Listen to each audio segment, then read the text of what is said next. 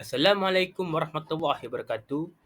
Nama saya Zulhakimi Mukfiz Muhammad Karmizi dari Bahasa Melayu 1 dan saya akan membentangkan pemanfaatan digital dalam memperkasakan pendidikan holistik.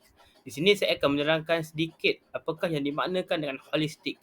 Holistik ialah suatu yang bersifat saling berkait antara satu sama lain sebagai suatu sistem yang bersepadu, yang menyeluruh, bukan sekadar menyentuh aspek-aspek yang umum sahaja ataupun yang terlalu khusus sahaja. Dia bertujuan untuk memberi pandangan secara menyeluruh. Jadi pembentangan ini akan menjelaskan tentang apakah manfaat ataupun faedah penggunaan digital dan juga teknologi dalam pendidikan yang bersepadu. Sebelum saya pergi terus kepada fokus kita pada hari ini, saya ingin memberikan sedikit penghargaan kepada pensyarah saya, iaitu Encik Haji Muhammad Anuri bin Hussein. Saya ingin mengucapkan ribuan terima kasih kepada beliau kerana beliau telah banyak mendidik dan juga membimbing saya sepanjang menjayakan pelaksanaan kerja khusus ini. Tidak lupa juga pada pihak-pihak yang membantu secara langsung dan juga tidak langsung. Tanpa dorongan atau pertolongan mereka, mungkin saya tidak dapat menyiapkan kerja khusus ini dengan sempurna. Saya amat bersyukur dan juga saya amat berterima kasih kepada mereka. Di sini merupakan fokus pembentangan kita pada hari ini yang berkaitan dengan pemantapan ataupun penggunaan bahan digital dalam meneraju pendidikan holistik. Di sini kita akan memfokuskan kepada apakah yang dimaksudkan dengan penggunaan bahan batu mengajar digital dalam pembelajaran dan pengajaran atau kita lazim sebut sebagai PDP. Selain itu, kita juga akan fokus kepada perkaitan bahan batu mengajar dan aspirasi dan hala tuju pendidikan. Kita juga akan memfokuskan apakah kepentingan guru bersifat pendidik dalam pembelajaran dan pengajaran. Dan saya juga akan menunjukkan sedikit simulasi penggunaan bahan batu mengajar digital bagi subjek yang saya ambil ataupun khusus yang saya ambil, iaitu Bahasa Melayu. Kita sedia maklum, pada era globalisasi ini, penggunaan teknologi ini memang sangat dititik beratkan dalam pengajaran dan pembelajaran. Hal ini dikatakan demikian kerana teknologi banyak memberi manfaat serta kebaikan kepada manusia dari berbagai-bagai aspek dan bidang. Apabila kita membandingkan hasil kerja teknologi dan juga hasil kerja tangan manusia, kita dapat melihat bahawa hasil kerja daripada penggunaan teknologi ini lebih jitu dan lebih convenient dengan izin. Pekerjaan dengan menggunakan bahan-bahan teknologi ataupun digital lebih mudah dan tersusun. Hasil kerja juga lebih rapi dan tersusun berbanding dengan hasil kerja manusia. Jadi semakin bertambah kemodenan, kita perlu semakin maju ke hadapan dengan mengaplikasikan penggunaan teknologi ini dalam pendidikan negara kita. Oleh itu, video ini akan membincangkan tentang penggunaan bahan bantu mengajar digital dalam PDP serta perkaitannya dengan aspirasi dan hala tuju pendidikan. Fokus yang pertama, penggunaan bahan bantu mengajar digital dalam pembelajaran dan pengajaran. Okey, apakah sebenarnya dimaksudkan dengan bahan bantu mengajar? Menurut Brown J.W. pada tahun 1983, bahan bantu mengajar ataupun alat bantuan mengajar merupakan segala atau suatu kelengkapan yang digunakan oleh guru atau murid untuk membantunya dalam menyampaikan pengajaran di bilik darjah. Apa yang saya boleh membuat satu konklusi di sini ialah bahan bantu mengajar ini merupakan satu kelengkapan yang penting dalam untuk memudahkan suatu pemberian maklumat ataupun pemberian ilmu kepada murid. Sebenarnya tujuan bahan bantu mengajar ini diinventasikan ataupun diwujudkan ialah untuk memudahkan pelajar memahami isi kandungan pelajaran yang ingin disampaikan oleh guru.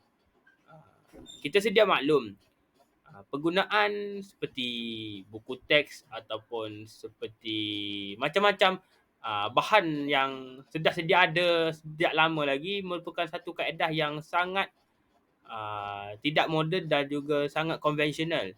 Murid-murid didapati sukar untuk memperoleh ilmu melalui hanya sekadar membaca buku teks sahaja. Di sini kita sebagai pendidik yang lebih ke arah kemodenan ini perlu memikirkan satu solusi ataupun inisiatif yang membantu murid dalam mempelajari ataupun menambah baik apa yang ingin mereka mempelajarkan. Jadi saya memilih bahan bantu mengajar digital sebagai suatu inisiatif yang boleh sangat membantu murid, kerana digital dan teknologi ini merupakan satu perkara yang jarang-jarang sekali kita nampak, dan mungkin, bukan setakat mungkin, saya pasti murid akan gembira apabila bahan ini digunakan dalam pelajaran. Okey, sebelum saya menamatkan tentang takrifan BBM, saya ingin jelaskan sikit. BBM juga ditakrifkan sebagai suatu audio visual atau bahan-bahan yang berkaitan dengannya yang berfungsi dalam pelaksanaan suatu pengajaran, yang mana juga dikenali sebagai sebahagian daripada media pengajaran. Media pengajaran yang dimaksudkan bukan hanya sekadar buku teks, bahan visual, bahan audio dan sebagainya. Kadang-kadang bahan yang berada di tubuh kita juga kita boleh gunakan sebagai satu bahan bantu mengajar.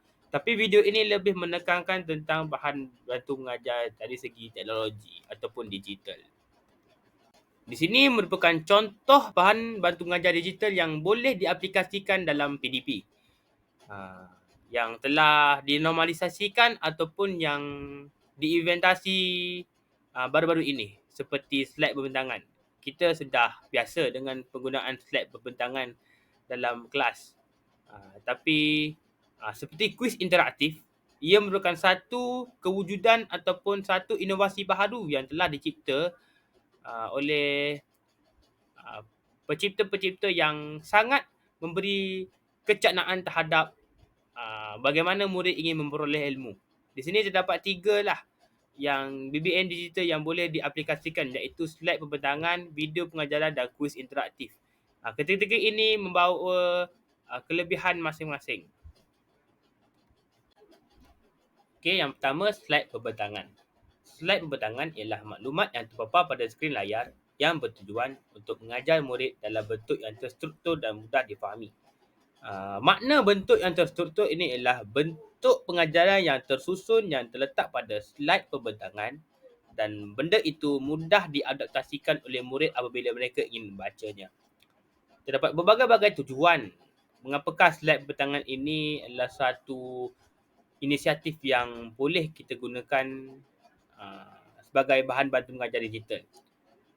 Apabila kita menggunakan slide pembentangan, kita akan menayangkan ataupun menunjukkan bahan mengajar kita dengan lebih ringkas dan tidak terlalu kompleks dan complicated dengan izin. Complicated ini seperti terlalu rumit untuk murid, dan murid akan rasa bosan dalam mempelajari apa yang ingin mereka belajar. Jadi penggunaan slide pembentangan ini sangatlah wajar dalam pembelajaran. Antara contoh platform yang kita sedia maklum ialah Microsoft PowerPoint, Canva, Google Slide dan sebagainya. Aplikasi-aplikasi ini sinonim dengan pada guru serta pada murid. Lebih-lebih lagi PowerPoint dan juga Canva. Okay. Slide pembentangan ini adalah alat yang sangat berkesan dalam pelajaran kerana ia sangat membantu dalam menyampaikan maklumat secara berstruktur ataupun tersusun, mudah difahami dan mudah diingati oleh pelajar. Contoh slide ialah seperti saya sekarang ni. Apa yang saya telah menerangkan sekarang ni. Ini merupakan satu contoh slide pembentangan. Okey, yang kedua ialah video pengajaran. Video pengajaran ni ialah penggunaan video sebagai alat pembelajaran yang membantu untuk menyampaikan suatu konsep, maksud, maklumat atau kemahiran itu kepada pelajar. Penggunaan video pengajaran ni sangat lazim pada tahap 1. Penggunaannya lazim pada tahap 1, iaitu tahun 1, tahun 2, tahun 3, kerana biasanya video pengajaran ini digunakan untuk memupuk literasi ataupun numerasi suatu kanak-kanak. Video pengajaran ni dia boleh dihasilkan oleh pensyarah ataupun guru itu sendiri, atau ia boleh diambil dari sumber-sumber luar yang berkredibiliti. Kiranya kita tidak ambil tanpa kebenaran. Kita kena ambil mesti ada kebenaran. Seperti platform pembelajaran dan talian, saluran YouTube pendidikan atau sumber-sumber lain. Dan video pengajaran ini juga menjadi satu alat yang penting dan signifikan dalam pendidikan moden. Kerana ia sebenarnya mampu untuk meningkatkan pembelajaran secara menyeluruh dan membolehkan akses kepada berbagai jenis maklumat dan kemahiran. Di sini saya ingin menyampaikan maksud terhadap teks yang saya baca. Video pengajaran ni dia mampu untuk membantu meningkatkan pembelajaran secara kaedah yang bukan tipikal. Kiranya dengan wujudnya video pengajaran ni, budak-budak dapat mempelajari suatu perkara itu dengan lebih menyeluruh tanpa memerlukan pembelajaran dengan konsep yang sangat membosankan. Okey, yang ketiga pula ialah kuis interaktif. Di sini saya dapat simpulkan bahawa ini merupakan satu bahan bantu mengajar digital yang paling kanak-kanak suka. Kuis interaktif ialah platform yang digunakan dalam pembelajaran untuk menguji pengetahuan, mengukuhkan konsep dan melibatkan pelajar secara aktif dalam proses pembelajaran. Kiranya daripada kita melakukan suatu pertanyaan soal jawab secara kasar ataupun maujud dengan menanyakan siapa yang nak menjawab soalan ini, angkat tangan. Mereka mungkin mempunyai satu kegugupan ataupun satu masalah di mana mereka tidak mampu untuk melontarkan ataupun memberi hujahan. Jadi, penggunaan kuis interaktif ini sangatlah berkesan bagi murid-murid sedemikian. Malah murid-murid yang petas berkata-kata juga mampu untuk menjadi lebih padu dalam melakukan kuis interaktif ini. Kerana ia memupuk untuk murid itu berfikir dengan lebih jauh. Okay, contoh platform bagi kuis interaktif ini ialah Quizizz yang kita kenal, Kahoot, Wordwall dan sebagainya. Sejujurnya, ia memberikan pengalaman pembelajaran yang berbeza dan menyeronokkan bagi pelajar, sambil menyediakan alat yang berkesan bagi guru untuk menilai dan memperkukuhkan pemahaman pelajar terhadap konsep yang ingin diajar. Fokus kedua kita pada hari ini ialah berkaitan bahan bantu mengajar dengan aspirasi dan hala tuju pendidikan. Okey, aspirasi dan hala tuju pendidikan di Malaysia.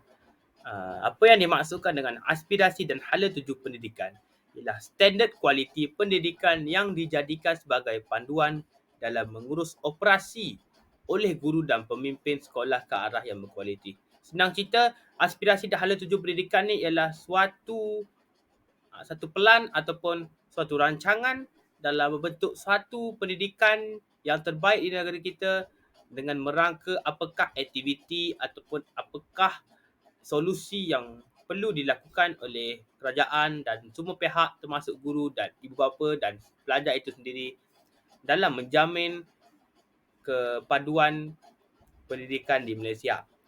Terdapat dua standard kualiti pendidikan yang telah kita sedia maklum, iaitu Standard Kualiti Pendidikan Malaysia SKPM pada tahun 2010 ia ditubuhkan, dan juga Standard Kualiti Pendidikan Malaysia pada gelombang kedua yang telah ditubuhkan oleh bukan Datuk Seri Najib, silap maafkan saya, Tan Sri Muhyiddin Yassin pada tahun 2013 dan jangka habis pada tahun 2025.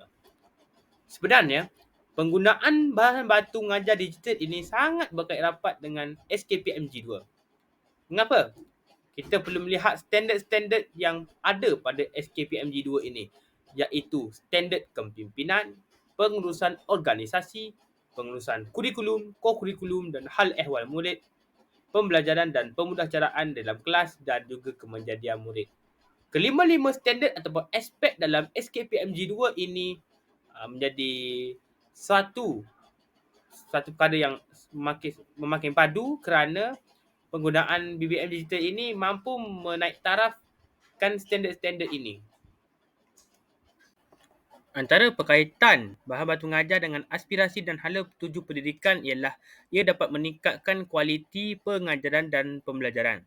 Mengapakah saya mengatakan sedemikian?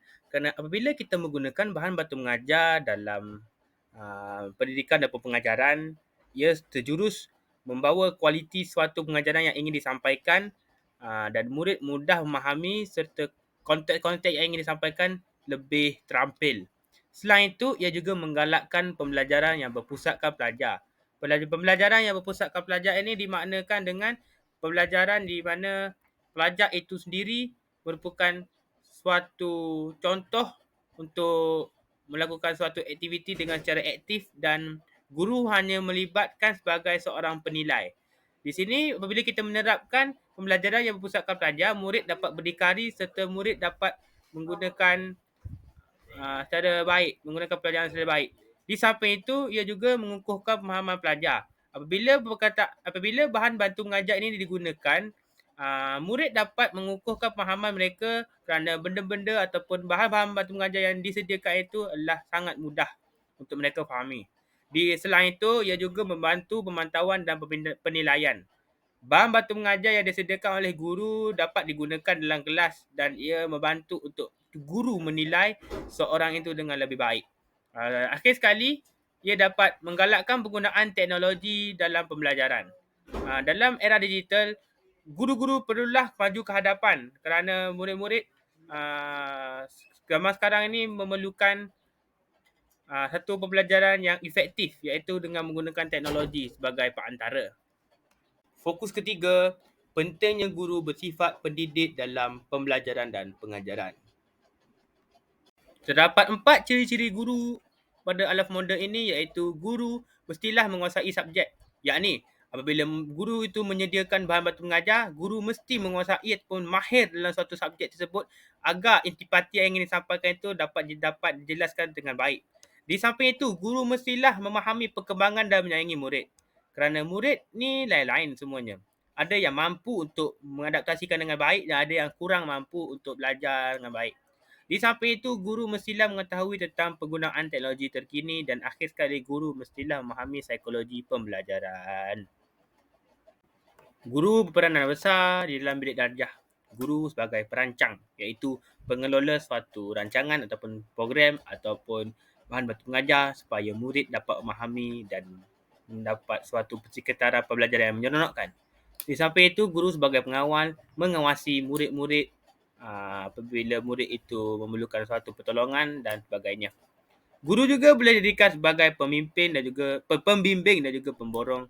Guru akan membimbing di sisi murid-murid bila murid memerlukan bantuan dari segi pelajaran, pengajaran ataupun apa-apa sahaja. Dan guru juga boleh dikatakan sebagai penilai. Guru akan menilai tahap keterampilan, kecampinan ataupun kemampuan seorang murid itu di dalam sebuah subjek ataupun sasiah mereka. Sebelum saya ingin menamatkan video pembendakan saya dengan sedikit konklusi ataupun natijah, saya ingin menunjukkan sedikit simulasi penggunaan bahan bantu mengajar digital bagi subjek saya yang saya ambil iaitu Bahasa Melayu. Ataupun sikit dulu tentang kata nama. Kata nama ni ada 3 iaitu kata nama am, kata nama khas dan kata ganti nama. Okey, semua boleh scan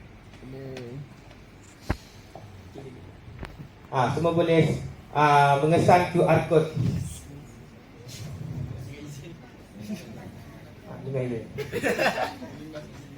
Mengimbas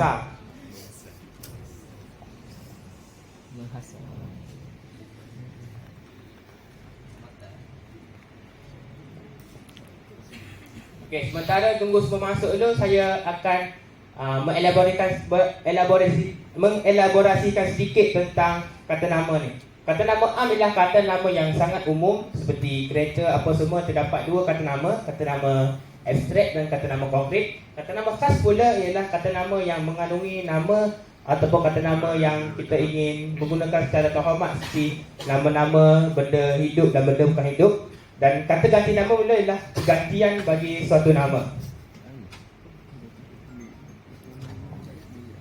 Yang ada berapa dalam ni? Betulnya 52. Itu belakang.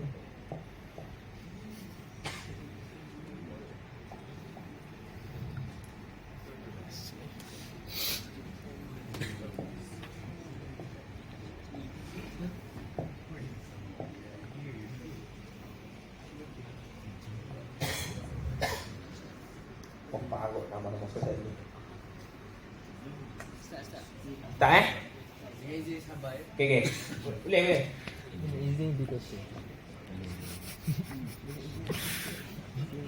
Boleh, boleh. Tidak marahin. Oh, Bapak Isfaiz lagi. Okey.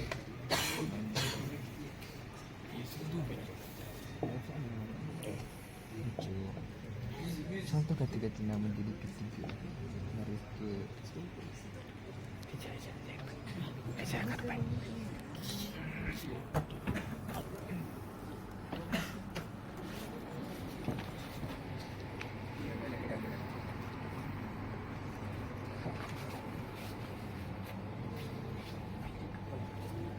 aku dah buat bukti. Untuk mereka aku tengah main dulu. Kira kau dah ni. Sebab ya. Kesimpulannya, penggunaan bahan batu mengajar digital ini memainkan peranan yang sangat signifikan dalam memenuhi standard kualiti yang ditetapkan oleh SKPMG 2. Ia sebenarnya tidak hanya meningkatkan pengalaman pelajar, malah dia juga bantu meningkatkan efektiviti dan juga keseronokan pelajar itu dalam melakukan tugasan tersebut. Secara keseluruhannya, dia amat berkesan kepada proses pengajaran dan pembelajaran. Sekian daripada saya. Terima kasih. Saya meminta maaf, memohon ampun menyusul 10 jari jika ada terkasar bahasa ataupun tersalah bicara. Semoga video ini bermanfaat untuk kalian. Wabillahi taufiq wal hidayah. Assalamualaikum warahmatullahi wabarakatuh.